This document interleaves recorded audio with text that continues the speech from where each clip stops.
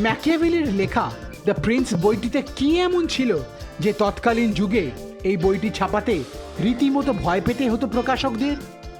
Machiavelli এই বইটি লিখেছিলেন 1513 সালে, কিন্তু তার জীবদ্দশায় এই বইটি প্রকাশিত হয়নি। চোরাই পথে বইটির ম্যানুস্ক্রিপ্ট শুধু পড়তে দেওয়া হতো। ইতালিয়ান ভাষায় বইটি প্রথম মুদ্রিত হয়েছিল 1532 সালে। বইটি বাজারে আসার সঙ্গে সঙ্গেই বইটিকে অভিহিত করা হয়েছিল শয়তানের অঙ্গুলি হেলনে লিখিত বলে।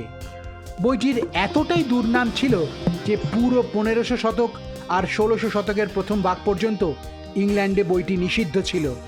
শেষে 1640 সালে সেদেশের এক প্রকাশক প্রথমবার দ্য প্রিন্স বইটি পাবলিশ করেন পাঠকদের জন্য। আপনারা কি বইটি পড়েছেন?